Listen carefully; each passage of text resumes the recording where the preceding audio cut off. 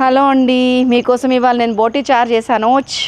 బోటీ చారు ఏంటి, అదంత చారులాగా లేదే అంటే ఉండకూడదు, అందుకని ఇలా చేశాను. ఎలా చేశానంటే ఫస్ట్ మనం బోటీని మామూలుగా ఫుల్ కడిగేసేయాలి. అక్కడి నుంచి వచ్చిన తర్వాత కడిగిన తర్వాత నువ్వు కడిగేసాను అనుకున్న తర్వాత ఇప్పుడు తీసుకొచ్చి దాంట్లో మంచిగా మళ్ళీ ఉప్పు, పసుపు, ఉల్లిగడ్డ వేసి నీళ్లు పోసి బాగా పిసికి మళ్ళీ 2 సార్లు కడగాలి. ఆ ఉల్లిపాయతో పాటే ప్రెషర్ కుక్కర్లో పెట్టేసేయాలి. ప్రెషర్ కుక్కర్లో వేసి కొంచెం పసుపు, కొంచెం ఉప్పు వేసి ఒక 9-10 విజిల్స్ రానివ్వాలి. ఇప్పుడు మనం కడాయి తీసుకోవాలి. దాంట్లో లైట్గా ఆయిల్ వేసుకొని పచ్చిమిర్చి, కరివేపాకు కొని అల్లం వెల్లుల్లి పేస్ట్ వేసి ఉడకబెట్టుకున్నది ఉంది కదా బోటి, దాన్ని తీసుకొచ్చి ఇందులో పోసేసి ఒకసారి అన్ని కలిపి ఉప్పు, పసుపు, కారం ఏమేమి కావాలో అన్ని చెక్ చేసుకుంటూ యాడ్ చేసి దీనిలోకి ఒక 20 grams ఆఫ్ చింతపండు పులుసుని జోరుగా చేసి పోసేయాలి. సో ఇప్పుడు బోటి చారు రెడీ అయిందా. ఇప్పుడు ఇంకొక 2 నిమిషాలు దించుతావనగా ధనియాల పొడి, గరం మసాలా వేసుకొని లాస్ట్కి కొత్తిమీర కూడా వేసుకొని దించేస్తే అద్భుతమైన బోటీ చారు రెడీ.